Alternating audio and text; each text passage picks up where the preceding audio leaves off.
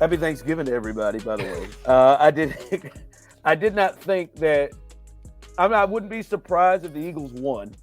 I did not think that they would blow a 10-point fourth quarter lead. I did not think that they would drive the ball multiple times in the second half, but come away with no points. I did not think they would not score at any point. But the one thing that did not surprise me is that they had some drops. The one thing that did not surprise me is that they had penalties offensively. The one thing that did not surprise me is that they turned the ball over on offense. And the one thing that did surprise me is who turned the ball over on offense. With all of that being said, that one was hard.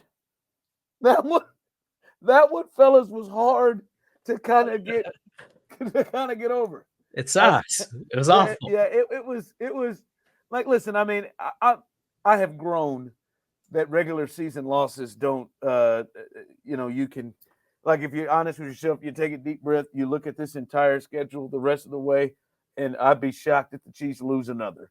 And I think when you start to look as what has happened to the Joe Burrow-less Bengals, and now you got the Packers in there, and you got the Raiders twice, and you got, like, I think they're going to probably, there's a great chance they win out, and they're the number one seed. And I just want to make this very clear. All of the goals that the Chiefs have and Chiefs fans have for this team are still there and attainable and doable. It might just have to be done differently, but they're still there and attainable. But, BK, what the hell was that Monday?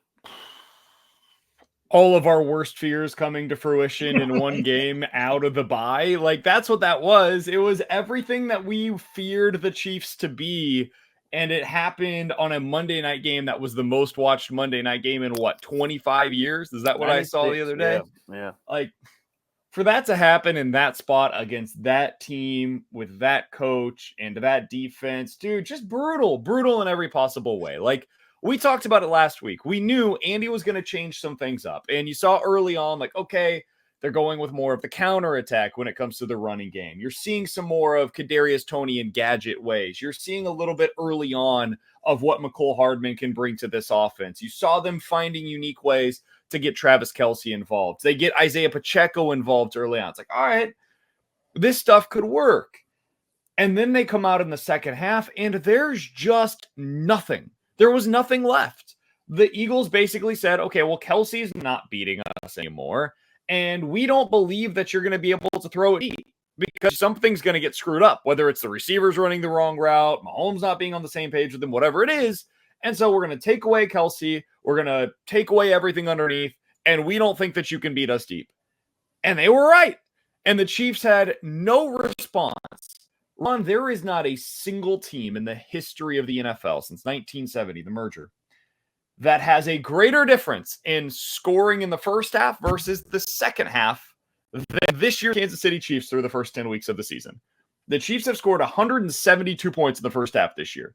They've scored 53 in the second half this season. Something is happening where teams adjust to whatever it is that the Chiefs are doing coming out of halftime, and they shut everything down. It's abysmal. It is so incredibly frustrating to watch, and I don't know at this point if it is curable before the end of the regular season. They still can win the Super Bowl, but my God, is it frustrating. Yeah, before we get to that point, I'll just say all the stuff you've named, hey, they haven't scored a second half point in 3 straight games. They didn't do that against a team that gave up 70 points earlier this year in the Broncos. They didn't do that to the Miami Dolphins, who aren't a damn juggernaut, and the Philadelphia Eagles, that anybody with a right arm or a left arm and people that can run have been able to pass on this defense at will, from Dak to Mac Jones, at will. Those are the 3 opponents they faced, and they could not muster a damn field goal in the second half. And the part about it that is annoying is what you said, hell, they had at least 2 drives. All it was going to take was 1 to put up points. They had 2 drives. Then with a fumble, Travis Kelce gets a bad penalty that sets one back as well. Like, they had their opportunities just to put it away and not even playing well. And here is my thing. When you say all the numbers that you had, because I'll do this, and I know you feel this way, BK, and I'm sure I watched the Rapid Reaction show on Arrowhead Pride after the game, and I feel like Serda is in the same space. And listen, I'm not saying you guys are wrong, but there ain't nobody that gets no piece of this, or this thing is just equal to me. It's just equal to me because yes, MVS, and I see, I get so irritated when I see these little screenshot photos of all three games, and then there's Kadarius Toney letting the ball go through his hands. Okay, that one directly was that one is that one I won't really argue that game, but he lets the ball go right through his hands. Not to mention though, on that pod we talked about it, Pat did look off on his throws, missed some throws. But anyway, that one, and then we see the Sky Moore drop against the Broncos, and of course what MVS did. Like I keep seeing people with the screenshots, the difference between 7-3 and 10-0. But no, maybe when you don't have the numbers all the numbers you just sprouted out, you scored 10 damn points in the second half in the last 5 games. It ain't just one person, because I can also flip in all of those games, except maybe the Lions. I can also flip in all of those games of photos of Jawan Taylor getting a penalty, or Smith getting a penalty, or Joe Tooney getting his ass kicked. Or I can flip one of those around with Travis fumbling the ball, or Travis dropping the ball, or Travis just not impacting the game whatsoever. See Miami. Or, I'm sorry, folks, I can flip those photos around and give you 9 interceptions and 3 fumbles on the year from your guy. You know, in that 5-game stretch, the Chiefs have turned the ball over 9 times. 9 times, and Pat and Travis are responsible for 7 of them. Like they turn the ball in this 5-game stretch, they turn the ball over 9 times, and they're responsible for 7 of them. It's not just, yes, the receivers are a part of it. Up yours, Justin Watson. Just catch the damn thing. It ain't that cold. It ain't that wet. What was that envious? Stop it. But what was that, Mahomes? How can you throw that pick? That's one of the worst picks he's ever thrown. I've ever seen. He just has the entire side of the field. Entire side of the field. And he did that. Do you know, and I know this because I listen to Philly radio for some reason, do you know that in 2 teams with the Titans and the Eagles, that is the first time he has touched the ball in the air? He has not had a pass breakup until that play, and not an interception. The only time he touched the ball was on a fumble recovery when he was with the Titans. He had not touched the ball this year. And the first time he touched it, he picks off Mahomes in the red zone near the 14-yard line. That's points. Travis dropping the ball, holding penalties. And yes, the time you get a chance, he's at the 7 on first down and he fumbles. It's not just the receivers. It's not just how terrible the tackles are. It's not just Joe Tooney. It's not just Mahomes. It's not just Kelce. It's not just Andy Reid or Nagy. It's all of them. Nobody should be singled out. They have all done a ton to see this happen. I am like, it ain't just one person or one group. It's all of these jokers. Yeah, but I don't disagree overall. Well, it sounds like you're about to make an excuse. I think it's all failing right now collectively. And it's the wide receivers being bad is making Mahomes play worse. Travis Kelce being double and triple teamed all the time and him not being able to get the ball and make plays and be the guy that he's always been his entire NFL career. I think that's playing into things here. The tackles having issues, like everything is collectively contributing to how bad the offense has been. But I think specifically against the Eagles, like I think what we got in the first half was Andy Reid really scheming things up, dialing things up, and trying to get creative looks and get things going and move the football. But then in the second half, the Eagles said, okay, well, beat us deep. We're going to put other guys around the line of scrimmage, and we're not going to play this cute game anymore where Andy Reid's trying to get these guys free rushing lanes like they did in the first half, and the Chiefs can't throw deep. And so that's when I come back to the wide receivers and say, like, well, yeah, but the biggest issue right now is that teams are challenging Patrick Mahomes of all people. Like, beat us deep. If you can beat us deep, we'll live with it. Fine, but you're not going to beat us around the line of scrimmage. And I think that the case can be made now after that performance specifically that like Patrick Mahomes is operating with the worst deficit at a position group that he has had in his career since maybe his first year as a starter with that Chiefs defense that was absolute garbage, or maybe the Super Bowl against the Bucs where the offensive line just totally fell apart. But the offensive line was good going into that season. Injuries just shredded it. But the wide receiver group that he has this year is the worst positional deficit that he has had since his first year as a starter when the entire defense was terrible. And you could argue it's a bigger deficit because at least in that season, he had Travis Kelce and Tyreek Hill, which could potentially help him overcome the defense. There's nothing that can help him overcome this. There's no way to overcome it. Like, I understand he's got a very good defense, but he's not out there with the ball to be able to do that. And I always in the past have had trust that if the Chiefs get the ball down by 4 in the final couple minutes of the game, even if they don't always come through, I expect them to. I don't know about you guys, but when the Chiefs got the ball back down by 4 with 2 minutes to go, I expected them to not score. I expected them to screw it up somehow. And that's exactly what happened. They screwed it up. And this is where, like, I got mad at myself on Monday night for being upset with Patrick Mahomes at any point this season. Because he is not the problem, man. Like, if you made a list of 12 problems on this team right now, Patrick Mahomes is on that list. Absolutely. But it's like along 10th. with everybody. It's like 10th on that list. I don't know.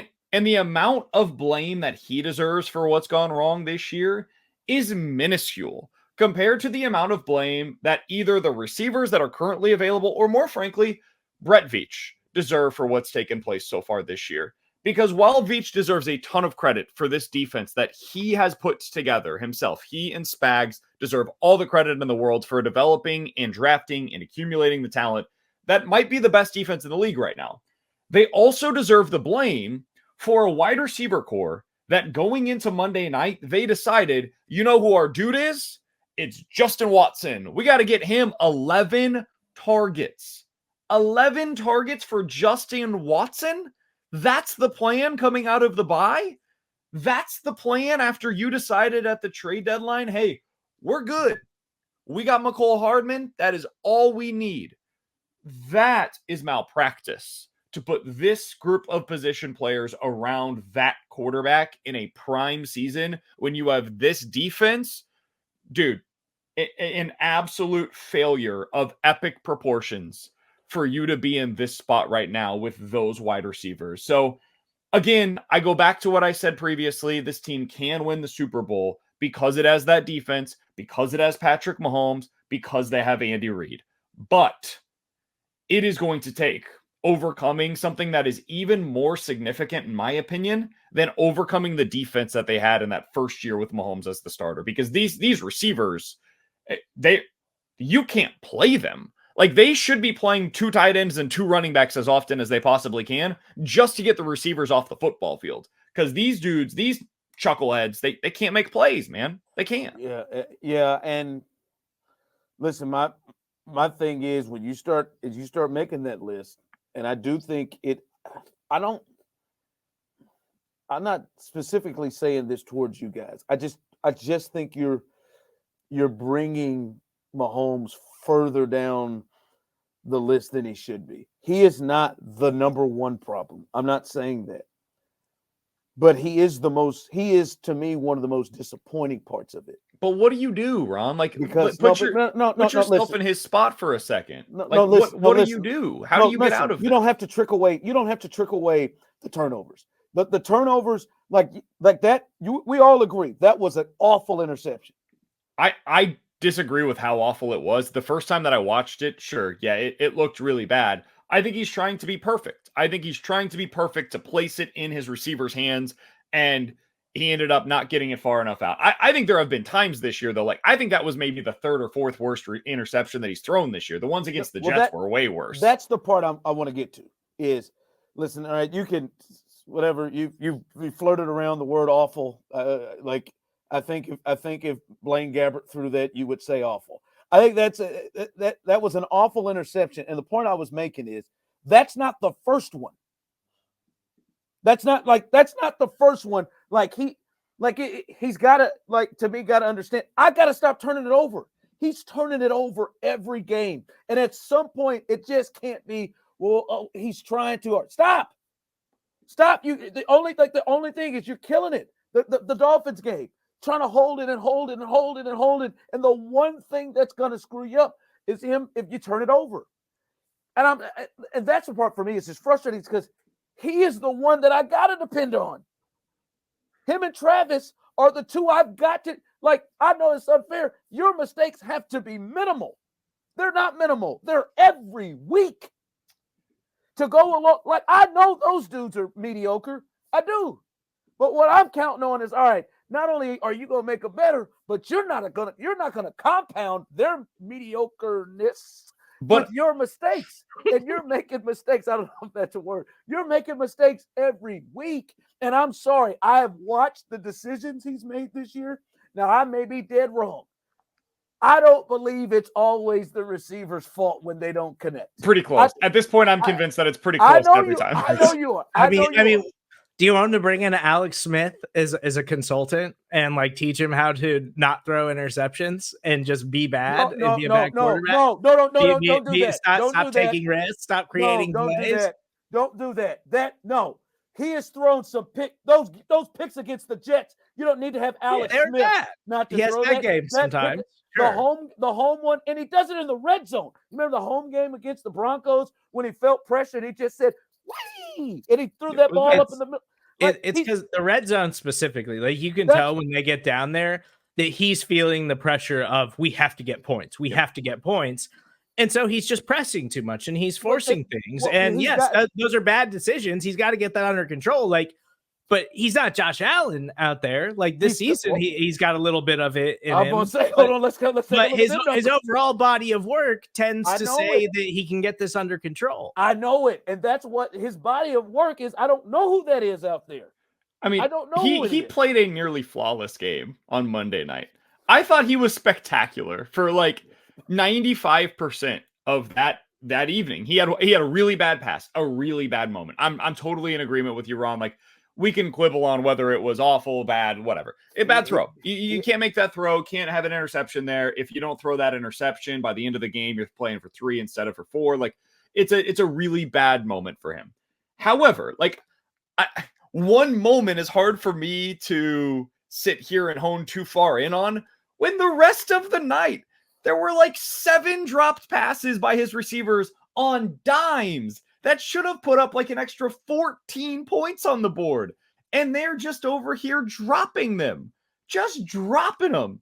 So whether it's the drops, the wrong routes that are being run, the clear sight adjustments that aren't being seen, I don't know if this is a receiver coach problem because it seems like MVS has regressed from where he was a year ago. I don't know if this is a talent deficit. I don't know if Kadarius Toney is more hurt than they are leading on. It seems like McCole Hardman hasn't been healthy since the start of last season. Like, I can't explain all of this stuff. However, when we watch the games on Mondays or on Sundays, these receivers consistently let their quarterback down in the biggest possible ways. So if there is one thing that you can hone in on and say to yourself, what is the biggest issue that is plaguing the Chiefs right now? It is with a bullet that the wide receiver core right now is nearly unplayable. And when they try to get them involved in the offense, they are actively making the offense worse. The Chiefs averaged more yards per carry on Monday than they did yards per attempt through the air. More bad things happened when they threw the ball in the air. They would have been better off running Isaiah Pacheco 35 times in that game than throwing it 43 with Patrick Mahomes. That's inexcusable. And that's not because Mahomes played a terrible football game. It's because the receivers couldn't do their job effectively. I don't want to keep trashing MVS because I feel like I've been hard on MVS since they signed him. But I think last year's MVS was the outlier in his career. Like the MVS that we're seeing this year, that's the MVS that was in Green Bay. Like last year was the outlier. So I think I don't think that like MVS is all of a sudden taking this huge step back. I think last year was probably just his career year. That was just the best version of MVS that you're ever going to get. And it's on the Chiefs for coming into the season and saying, he's your veteran presence in the wide receiver room. He's the veteran guy who can make something happen when you really need something. Whereas like last year, that was Juju, and Juju understands all of the mechanics and all of the math and everything that when you're out there on the field that you got to go find a soft spot in the zone or whatever, sitting there, wait for the ball to get to you, come get the football, go up, get the football. Like MVS doesn't do all that stuff. He's never done all that stuff. And he was effective last year because Juju was the veteran guy. Juju was the guy that they went to in key moments of the game, and they're trying to lean on him that way this year, and he's just totally folding under it. It's on the Chiefs for coming into the season with that being the circumstance. And Ron, I actually didn't have a big issue with the way that they approached this. I thought that they were okay because coming into the season, we were all like, okay, well, Sky should take a step forward. You would expect a little something, especially as the season goes along, from Rashee Rice. And like Kadarius Toney showed you some real signs of optimism last year when he was healthy. So I wasn't somebody that was coming on here shouting from the mountaintops like, hey, you have to get a receiver before the start of the season. I was frustrated with them not going out there and doing everything they could to get Hopkins, but I got it. I understood it. Once you saw what it was like the first 4, 5, 6 weeks of the year, it became very apparent to all of us. This team is missing something. And I think the biggest thing that I've seen in a response to that, Ron, has been, well, it's basically the same receiver core as they had a year ago and they won the Super Bowl. The only difference, though, is that they don't have Juju Smith-Schuster. And let's be honest, Juju wasn't the stud. That's true. Juju is not a rock star. The difference, though, and I think Serda hit this perfectly, between what you have now and what Juju brought to the table, if it was 3rd and 6 and they double teamed Travis Kelce, Juju was going to find the opening in the defense. And he was going to go to the right spot and he was going to catch the football and he was going to extend the drive. It all sounds so insignificant and so easy, but he made it look that way because he knew what the hell he was doing. And right now what you're seeing is that they don't have guys that can just do that part well. And so I think it is a really big deal that they do not have Juju as a part of the receiver core this year. And then on top of that, I do think Kelce's taken a step back. I don't think he's the same guy that he was last year. I think MVS has regressed. They're not getting Jerick McKinnon into the offense as often as I expected them to. That was shocking on Monday to not see him get more involved in the passing game. So you've got all these guys that are either taking a step back or are no longer existent on the team. Man, yeah, no wonder the pass catchers are not as good as they were a year ago. There's a lot of issues there. I'm going to say this. Everything that you all have said is true.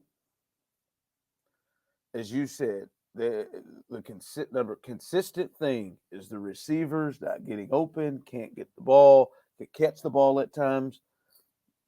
They have been consistent. Now, I don't know if it's been to the tune of just 7 drops in a ball game like this or 6 drops in a ball game.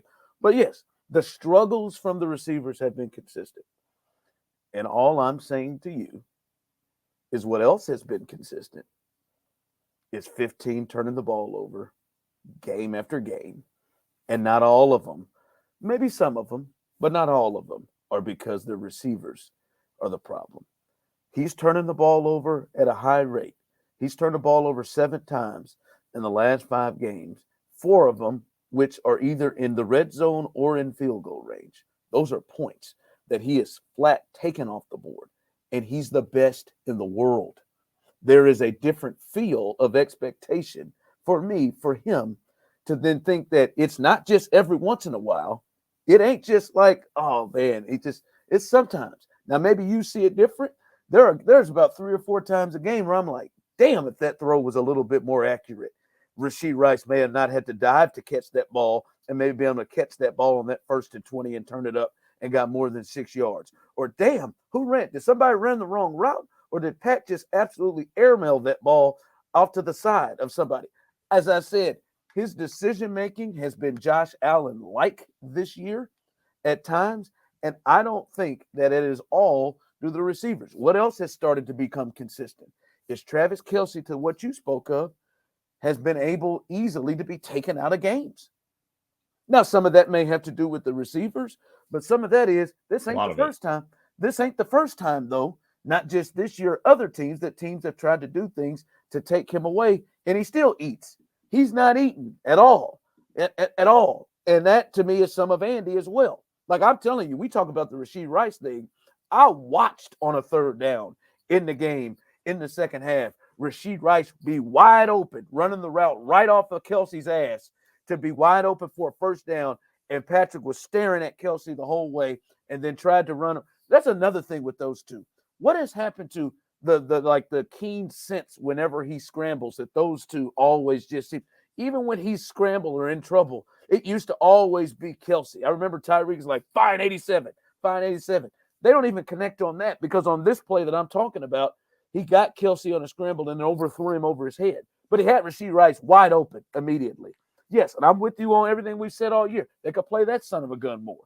They can do a lot of things. My deal is this thing is much more – Pat is great. Pat is probably – is not probably. Pat is the best thing on this offense. But I do think that the issues with Pat and Kelce and Reed are much more bigger than I think people are making it out to be. And I would, like, to your Rashee Rice point, I'm totally with you. I think he should be playing more, but I think we saw on Monday why he's not playing more. He's just not, the side adjustments aren't there for him either. Now, clearly they're not working for Watson either. They're not working for MVS. So whatever, like, play him over those guys. Sure. I don't think Mahomes trusts him. I don't think Mahomes trusts any of these guys. And so to answer your question on why he didn't find Rashee Rice, because I'm not sure he trusted that he was going to make the right adjustment on that play. He ended up missing, I know the exact play you're talking about. He ended up missing Travis Kelce, and it was a bad throw by him. That stuff happens occasionally. But the problem is the other stuff that is happening on every single play where there are just receivers that are running to the wrong area. So we're just not going to agree on this. That's totally fine, man. When you say occasionally, I feel like we have the conversation all the time. He doesn't pull the trigger because he doesn't trust them. Correct, because I think that's what's happening. I think what's happening is when you are like, you're running a show, right? And you've got a co-host that's with you. And every single time you're talking about, I don't know, basketball, the dude references something that's just like clearly not even in existence anymore. Like he's talking about Kareem Abdul-Jabbar as the center for the Lakers. You're like, yo, dude, that guy played like 40 years ago. Like that's not going to work. Like that's you're probably eventually going to be a little scared to make any sort of references to the NBA, right? Why? Because the guy puts himself into a bad spot. You don't want to set him up for failure. The Chiefs receivers are setting themselves up for failure consistently right now. And so if you're Mahomes, you're waiting to make sure they're in the right spot. And by the time that you're ready to go there, because, okay, they're there. They're open. So let's do this. At that point, it's already too late. So I think that's happening way too often. In this game, you saw him try to lead him out of breaks, and it ended with disaster a bunch of times. So that's where I'm at on this. I know we're just going to disagree on it, and that's totally fine. Whatever the case may be, they've got to get something figured out or they will not win the Super Bowl, because what's happening right now is not just something that's going to get them beat against the Eagles. This is something that could get them beat against the Raiders or the Packers or the Bills or the Patriots. Like, they could lose to anybody if the offense is playing this bad.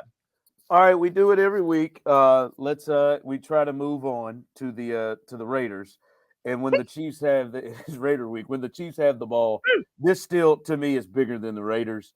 And I think to the point you just made about them being able to win a championship, I still think that is all there. But offensively, I think that this should be the kind of line in the sand here.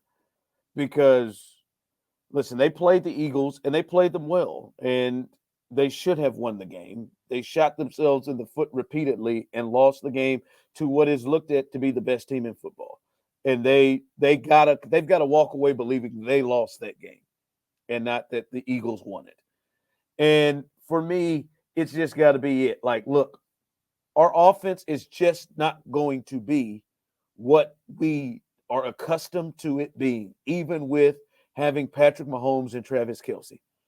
So to me, they have to change their mindset on how they play. And it's even got to start on Sunday against the Raiders. To me, the mindset moving forward, and we've seen a lot of offenses with this, and it should be a little bit better because you have, the quarterback and a great weapon. But the offense should be, how can we get to 20? How can we get to 20? And how can we get to 20 without killing our defense? How can we get to 20 without just turning the ball over and setting up our defense to fail? How can we get to 20 without screwing things up and leaving countless numbers of points on the field because we turn the ball over in the red zone as much? That's got to be, like, to me, field goals, we got to take them. Like, I'm just saying, they've got to look at this different, because I think the Chiefs can hold almost every team in the league under 20. Yeah. If the offense or special teams doesn't screw them and doesn't put them in short fields, doesn't turn the Denver Broncos, they got 5 turnovers. 2 or 3 of them started in the red zone, and they scored 24. Right? Like, if you just don't screw them up, and that's got to be what the Chiefs can do, because the Chiefs had to score against the Dolphins defensively to get that win, but they hold them down. They hold the Eagles down. Like, if you can just not screw it up, and if the Chiefs on those drives, they turn the ball over, just kick field goals, they win the game, and they demoralize, and it brings it down even further. And it brings it down even further where it's just points going to – that's how they have to operate now, because, as you said, and we can agree on this, hey, listen, man, I can't keep – I've reached the point of just, all right, man, Andy and Pat will figure it out. They're not figuring this out. What they need to do is change this thing around, whether that is BK and Serda. All right, we're going to use Pacheco more than we thought. We're going to screen more than we thought. We're going to really use Kelce and try to really exploit matchups like that. We're going to do that just to move the ball, and so we don't turn it over and get points. Like, instead of saying, hey, we're going to put 30 on somebody today, can we get to 20? Because if we get to 20, we'll probably win. And I just think starting Sunday against the Raiders, they got to change the way that they approach offense, because this don't work. So much of what is going on right now with the Chiefs is just a simple, like, hey, did you commit turnovers? Were there penalties? Did you end up allowing it's the little things, man. If they just fix the little things, you're not going to become this explosive offense that's putting up 30 again. That's not in the cards this year. But you don't have to win the Super Bowl. Totally agree. People need to understand that the bar for this team is not what the bar was for previous Mahomes-led Chiefs teams. Because when you have a defense that right now is 3rd in the league in points per drive allowed, and that's including some of the games early on where they struggled a little more than they have lately, like, you have much more room for error. So if you can get this offense just to being like the 10th best in the league, where you're scoring 24, 26 points a game, you're fine. And the way that you get there is what you said, Ron. Eliminate the turnovers. Stop these stupid penalties. If you stop beating yourself, other teams I don't think can beat you. So it really just comes down to that. Can they do that against the Raiders? Can they stop going out there and committing 2-1-5, 2-1, 2-2, 3-1 turnovers? Can you go out there and stop committing 67 penalties, which is what they've had so far this season offensively, for 555 yards? If you do that, you're going to be fine. If you can't eliminate that stupid mental error, those stupid mental errors, then you're going to be a team that ends up getting booted out of the playoffs. And we're going to remember this the way that we did 2021, where significant changes have to be made. Yeah, it's at this point with the offense, it's just don't put the defense in bad positions. Yep, like, don't blow it. That's literally it. Like, we have seen enough from this Chiefs defense. This Chiefs defense can win you games. Like, the Cleveland Browns have Dorian Thompson-Robinson, and even when Deshaun Watson was in the lineup this year, he was terrible. They haven't had a good quarterback or really a very functional offense all season long. Their defense is so good that their defense is winning them games. The Pittsburgh Steelers, who have been outgained in every game this season offensively because their offense is that bad, still have a winning record, still have a significant chance at the playoffs because their defense wins them games. Like, it's just a change in philosophy where you just can't hurt the defense now. And so the days of dropping 35 points are probably out the window this season. And that sucks. I love points. I love offensive games, and I want to see touchdowns. but that's probably not the recipe for success for the Chiefs this year. Like the recipe for success is get to 25 plus points wherever you can, however you can. Don't turn the football over. Don't put the defense in negative positions on the field. That's it. Like that's it. That's your recipe for winning games. And that's a recipe for success in the postseason too, especially when you have Patrick Mahomes and he can go out there and make magic happen. Like we've seen teams win Super Bowls that way. So there's nothing wrong with committing to that. They just need to actually lean into it and say, like, that's what has to start. No turnovers. But it's going to be a change for everybody. And not everybody, but the guys that are in control. Andy, Pat, in particular. Like, you got to say, I've got a field goal. I'm at you got the best kicker in the game who hasn't missed. I am going to get a field goal at least out of this. I'm going to get a field goal. I'm going to tag it up because y'all are talking about 24, 25 points. Hey, boss, they haven't eclipsed 19, but once in the last 5. Andy did it with Alex. Just be like, hey, remember all those years you played with Alex Smith? Like you coach Alex Smith when you sell for field goals all the time and frustratingly never go for it on 4th down. Just go back to that offense. By the way, just as an aside, this is why I didn't have an issue with them not going for it on 4th and 4 late in that game. I know that a lot of people were very frustrated by that decision. I get it. You want them to be aggressive there. The offense had shown you nothing all day long to believe that they were going to get 4th and 4. Now the punt sucked. They ended up getting the touchback and you gained like 15 yards out of it. But I thought it was the absolute correct decision because you're basically putting the ball in your better unit's hands. You're trying to pin them deep, and that's the kind of decision making that a defense first, like Ravens, Steelers type of a team, that's what they would do in that spot. And frankly, that's who you are, man. It's time for some self-awareness by us as Chiefs fans as to what we're watching on a weekly basis. Yes, this team has Patrick Mahomes. Treat it as if they have Kenny Pickett. Because that's what these receivers are making him into, is basically like the Kenny Pickett of the Chiefs. So rely on your defense in a significant way. Punt when you need to, kick the field goals when you need to. Every drive that ends in a kick for this Chiefs offense, I can't believe we're saying it, like that's a good drive now. But you don't have to downgrade. It ain't got to be Kenny Pickett. I mean, this has got to be early Tom Brady. And I think that's what Pat has to do. Is Tom Brady he's not turning it over in the red zone. We get in the red zone. And he's disrespectful. Yeah, it's early Tom. Like, and I'll play towards it. And I just think they've got to do that. Like, I'm telling you, man, you give me a touchdown drive in each half, a couple field goals. Like, that's probably going to give you a shot. That is probably going to give you a chance. And like the two major things, and I'll see what you guys think about this. And all of this to me starts with Sunday. By the way, they need to run offense and do things not to allow that nut Max Crosby to ruin the game, because he certainly is somebody that will attempt to and can do it.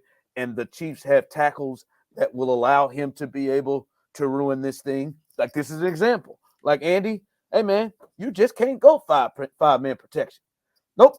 You got to keep somebody in to help one of these jokers on the edge. You got to. But these are, and I'll let you get to, these are the two things to me: running the ball, and they have got to find a way. And Andy, if you're the best play designer I've ever seen, they have got to find a way to not allow teams to just completely take Travis Kelce out. He's got to be involved. Go ahead. I thought they found something early on in that game where they were doing those, like the double tight end motions early on, and they continued to do it in the second half. It just wasn't as effective, but I thought it kind of screwed with the Eagles and what they were trying to do defensively. It gave Kelce a few free releases. I kind of liked what they were doing there, and it just eventually they found an answer for it. But I'm totally with you. They got to find a way to get him involved consistently with this offense. I don't know how you do it, but that's what Andy Reid is paid here to do, is to figure out what those answers are. I said this last week. I continue to believe it.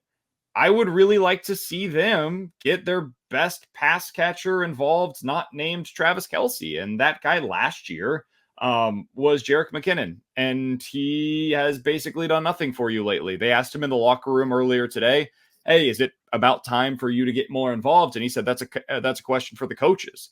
It's like, Okay, well, that certainly sounds like a player that's ready to go. And he said, hey, whenever they're ready for me, I'll be ready to go.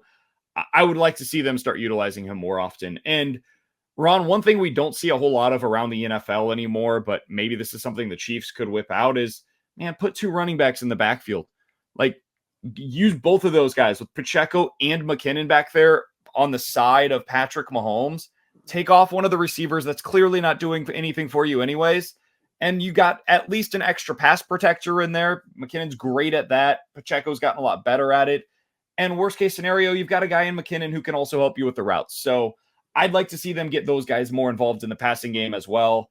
Yeah, that limits the production out of the receivers. I don't care at this point. We've seen what they can do. So those would be a few of the adjustments that I'd like to see from Andy Reid. Well, I mean, I actually like some of the wrinkles of putting Kadarius Toney in the backfield and using him in the run game.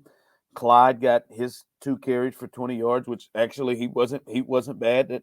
That never happened again. Clyde but that's thick, right? Clyde bulking up.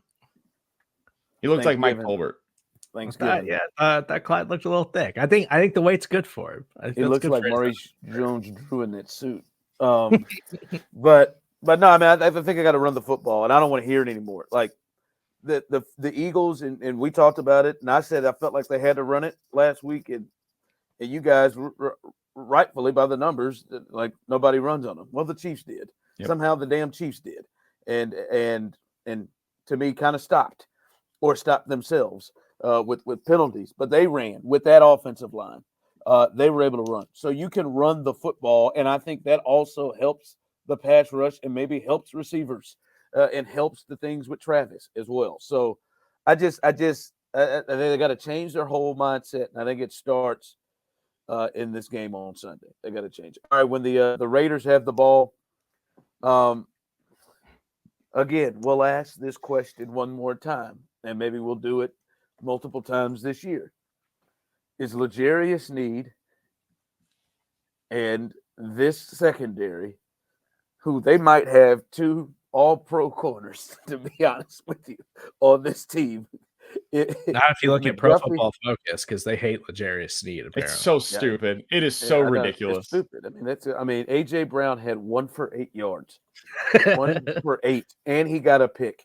I don't know how anybody else would be rated higher than him, and he had 1 penalty.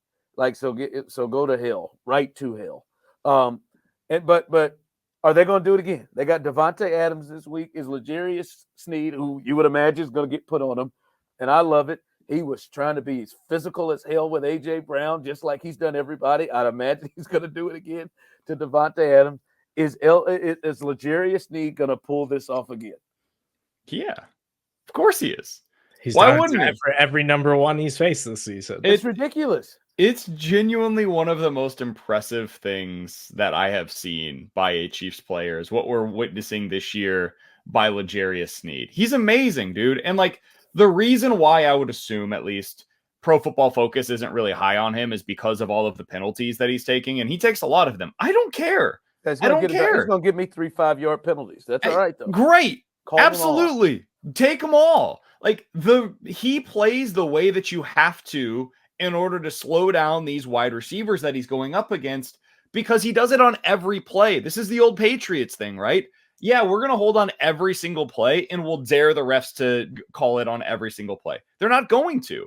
It's the game plan that Bill Belichick used to slow down the greatest show on turf. Said, hey, we're going to out physical them and they're just not going to be able to call a penalty on every single play. L'Jarius takes that to heart and he goes out there and he shuts down every single number 1 wide receiver that he goes up against this year. So if you can do that up against A.J. Brown and Tyreek Hill, who I think have been the top 2 MVP candidates this year, Devontae Adams is amazing. Don't get me wrong. He's in the class with those guys that I just mentioned.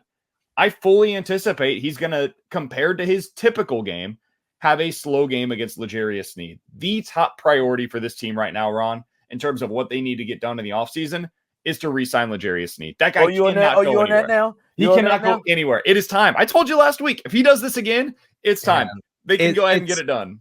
And to BK's point, it's not just that he's a legitimate number 1 lockdown corner, shutting down elite wide receivers week after week.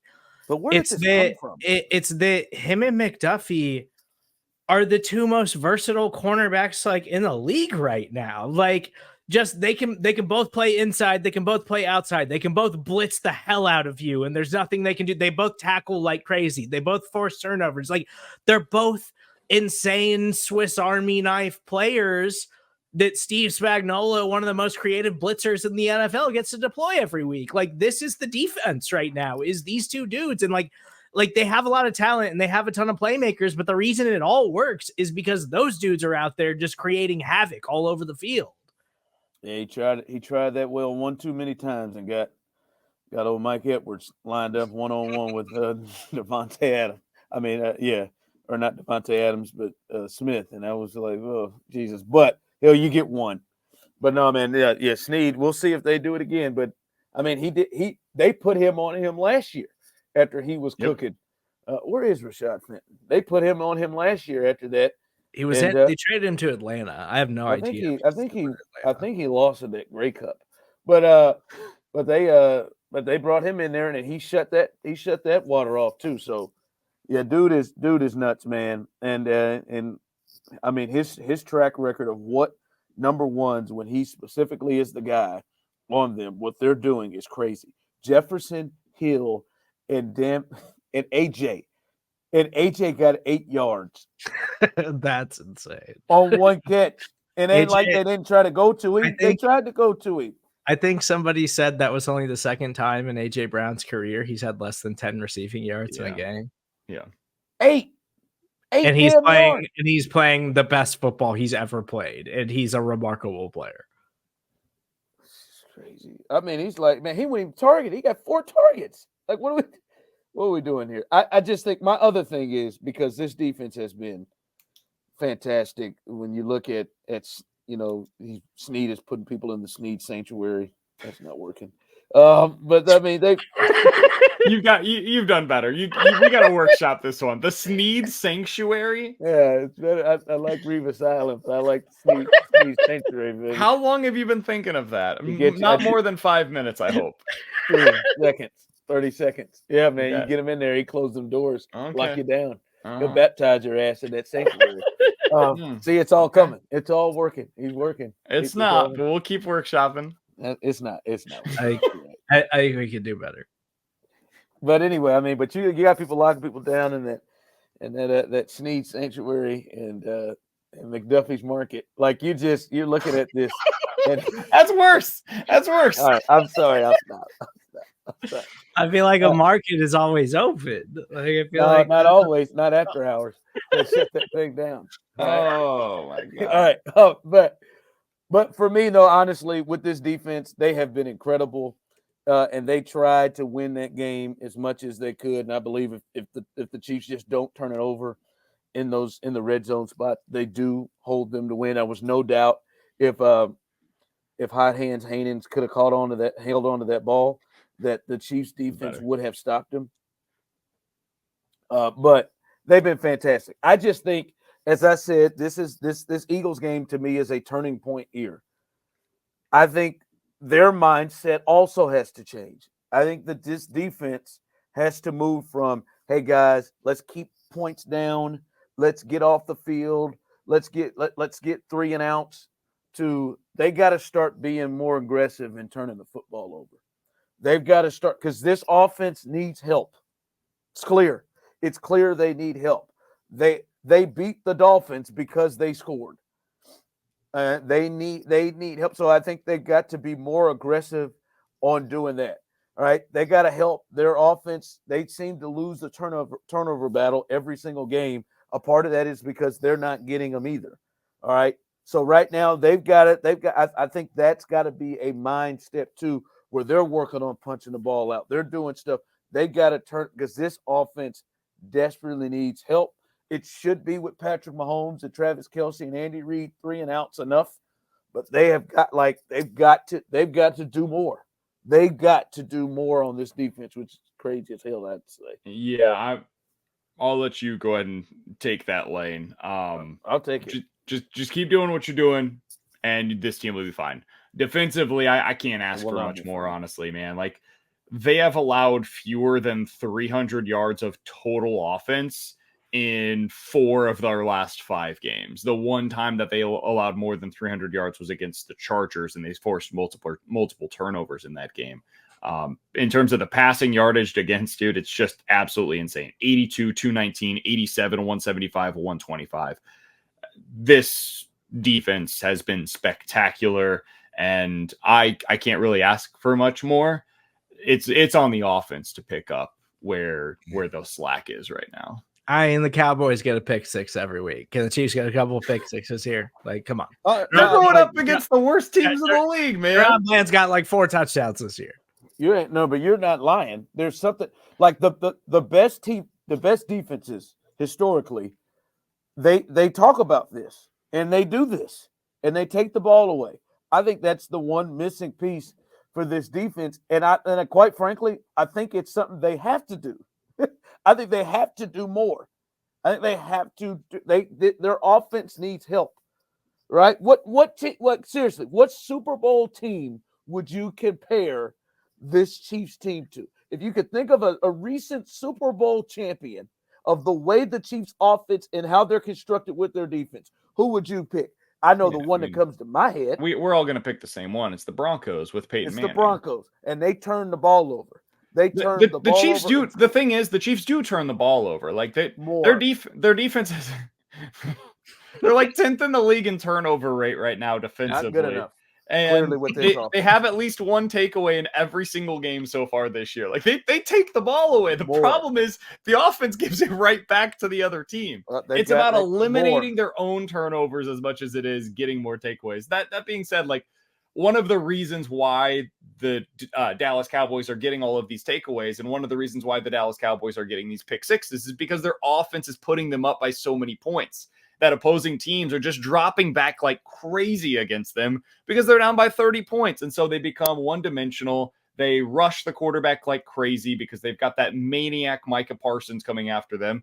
And then they've just got really good corners that are taking the ball away. If the Chiefs offense gets back on track and they can start getting up by multiple scores in the 3rd and 4th quarter, then I think we'll see more of that because the Chiefs have the capability of doing it. But they got to play from ahead, man. One of their biggest issues right now is that they're playing in either neutral or behind game scripts like every week right now because the offense has been so lackadaisical. Yeah, we're living in the real life, though. And in the real life is the Denver Broncos in 2015 didn't say, oh, boy, we're going to hope that Peyton and Brock Osweiler eventually pick up and start putting more. No, they went and controlled the games. That's what the Ravens had to do. I'm not saying that the Chiefs' offense is now deal for Ravens territory, but they're going to have to. They're going to have to. Like one game, I'm sorry, they've got to create things like they did against the Dolphins. It sucks, and you would hope the offense puts them in a place that they have scored. You tell me if I'm wrong.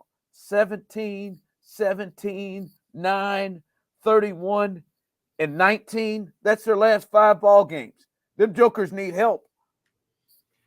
Would you believe me if I told you that the Chiefs defense has forced turnovers at a higher rate than the 2015 Broncos defense did? Well, they need to do more. They got to score points, all right? Okay? They got to find the end zone. Not just talking about picks. I feel like that Broncos. I feel like that Broncos team really got hot late. So they did. In the playoffs, they scored. They had 7 turnovers in 3 games. So you're right there. That's what we remember. They were scoring in that bad boy. All right, sir, to grab me my music. The segment that is sweeping the nation, certified or imposter, and continuing with the positive because I can't talk about the offense anymore. Is this the best Chiefs defense you've ever seen? In our lifetime, I know I'm pushing 40, and you guys are in your mid-30s at the very least. I'm not gonna put everybody's ages out there, but y'all early to mid-30s. Is this the best Chiefs defense you've ever seen? For me, like my real understanding, like I went to Chiefs games as a young kid, and so I remember going to the stadium in the late 90s, but I'm not going to sit here and pretend as if I was like a fully formed adult as I was watching the Schottenheimer era. So my real understanding of the Chiefs starts with the Vermeil era. And those defenses certainly are not anything that I would claim to be anything approaching what we're watching right now. So the closest thing that I have as a comparison is probably like the 2014, 2015 Chiefs defenses in terms of what they were able to do then. I think this is better. I think this is more complete in terms of what they have available to them right now. Like this team at every single level is just suffocating, dude. Like their corners are amazing. Their safeties have been really good this year. I've been so impressed by them because last year I didn't feel that way. And the defensive line is just coming at you in waves. Karlaftis is always around the football. Chris Jones, I felt like had like disappeared for 6 weeks and then had a couple of drives in that game against the Eagles where he just completely wrecked the drive single-handedly. So I think for me, if we're just talking the last 20 years, I would say it's definitely number one for me. But really what the comparison is, it is probably closer to like the 95, 97 type of defenses. And Ron, you'd be better to answer those than to me, it's certified. And those are some great defenses like James Hasty and Dale Carter at corners. Like when you look at what they were able to do rules wise and what L'Jarius Sneed, like they don't have nobody over. Like Dale Carter was good. Dale Carter's not shut down 5 of the best. He's not shutting down Tim Brown, Jerry Rice, Michael Irvin. Like he's not going to get all 3 of them and just shut them down. Herman Moore. He's not going to shut all of them down like Sneed and the Chiefs have. They were good. They had good safeties. Obviously, the strength of their defense was Derek and Neal. And their defensive line and Sally Amua and Joe Phillips and that group. They're not like this is like Chris Jones is on the level. Maybe not Derek yet, but Chris Jones is on the level right there with them as one of the best defensive players in the game. I think this is the best defense I've ever seen. When you take into account what the league is, how offense rules, what rules you can get, it's like I'm not going to say it's not even close. I'm not going to disrespect them. I mean, they're in there losing playoff games, giving up 10 points. But I mean, it is crazy. And I've said this compared to those teams too, with the other defense in the league and why I think they're the best. Their depth is insane. Like their second wave of players that they could bring out there. I mean, it's crazy from Tranquil to the backup defensive linemen they bring through there. It is insane the depth they have. How they're surviving through Nick Bolton like it's damn near nothing. I wish he was out there in that quarterback sneak. But yeah, I mean they're like it's crazy. So to me, this is an easy yes. Yeah, I'm gonna say it's certified too. I'm kind of like BK, like I remember Derek Thomas, but that was kind of before I really knew what I was watching and like knew football. Like I didn't really start understanding football until like the Vermeil era and maybe like the tail end of like the Gunther Cunningham era, something like that. Like when I actually started playing football. And so, but like none of those Chiefs defenses were ever like, oh, this might be the best unit in the league. Like this is the first Chiefs defense I can ever think of where I'm like, they have as strong a case as any team in the NFL that they are the best unit in all of football. And like, I know the Ravens have been really good. I know the Browns have been really good, but the Chiefs have also played a really difficult schedule. And they continue to week after week. Their defense just goes up against everybody and dominates everybody on all levels. Like you guys were saying, like it's the depth is insane. And it's not just they have an insane pass rush that creates turnovers or the secondary is shutting guys down. Like it's everywhere across the board. Like they don't have any real weaknesses on defense. And the one thing you could point to before this Eagles game was like, well, their run defense has been got a little bit. Well, I mean, they did a pretty good job against the best rushing football team in the NFL. And so it's like, it feels like Jalen was running and and they just have so much depth at every position across the board that it just feels like if they want to focus on the run, they'll focus on the run. If they want to focus on the pass, they'll focus on the pass. If they want to blitz, they'll blitz. They can just do whatever they want. And it's like a defensive coordinator's dream. And that's what Steve Spagnuolo is doing this year. They're incredible. I think the top 4 defenses, Ron, are pretty clearly Cleveland, Baltimore, Dallas, and Kansas City in some order or another. But where I think that it's almost like 2 and 2, though, in the way that those defenses go about it. Like, I think Cleveland is just like, dude, we have one of the best defensive players in the history of the league, and he's playing at the peak of his powers right now in Myles Garrett, and he's just wrecking games left and right. Nobody has an answer for him right now. Dallas is just these banshees coming off the edge every game, and good luck trying to be able to stick with them because they've got this offense that puts them in these positive game scripts, and then you're stuck from behind, and now they're blitzing, and they've got good corners, and good luck, right? I think the Ravens and the Chiefs are the most complete defenses in the NFL right now. They both have really good, unique defensive coordinators that come up with great game plans. They have guys at every level of the defense that can beat you, and they're both so deep with talent. And I think that's what makes those two special to me and what makes them stand out above really any other units in the league. If you want to take Baltimore, I get it. I'd probably take the Chiefs right now. Maybe that's me being a homer, but I think they're the best and most complete defense in the league so far this year. I think the Chiefs have 3 legit all-pros with Chris Jones and the 2 corners on their team. And I don't know. And they have the depth and secondary players, right? It's not just they're great and top-heavy. They have 3 great players and Nick Bolton whenever he comes back. It's just crazy the depth that they have with that. And like the Ravens, I think they have Roquan Smith and Kyle Hamilton are like their 2 all-pro players. But like on the defensive line, it's just like it's such a Baltimore thing. Like just guys they drafted and developed, and everybody's got 5-6 sacks. Like everybody's just it's spread out all across the board. They pressure you like crazy, and they get sacks every game. But it's like just a collective unit of guys. Yeah, Matabuke has really stepped up for awesome. them there and playing inside, but it's just crazy. All right, let's get predictions in. This game at the Raiders. Serda, I'll let you go on this because I don't have any. I haven't even thought about it, to be totally honest. I think the Chiefs win this one. I'm at the point where I'm not going to pick them to put up a bunch of points anymore. I hope not. So I'm going to say Chiefs win this one 24-9. Wow.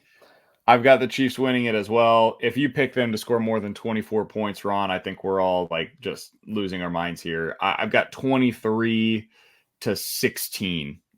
They win it by a touchdown. It's ugly, and that's the way the Chiefs are going to have to win. I think they win as well. I'll let them be able to drink alcohol. I'll go 21-10 in this game. I don't know if they're going to be able to rent cars the rest of the season, but I'll go 21-10 in this game. I think it'll be a fight and a struggle.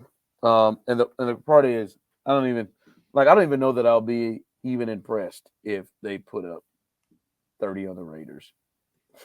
I didn't be shocked. I don't even think I'd be impressed by that, but we'll see. They have a advantageous schedule moving forward, and they got these guys twice going on the road. We'll see how they respond, but tough night against the Eagles Monday. See if they can roll. All their goals are in front of them, and hopefully we're seeing them improve and get better. We are out.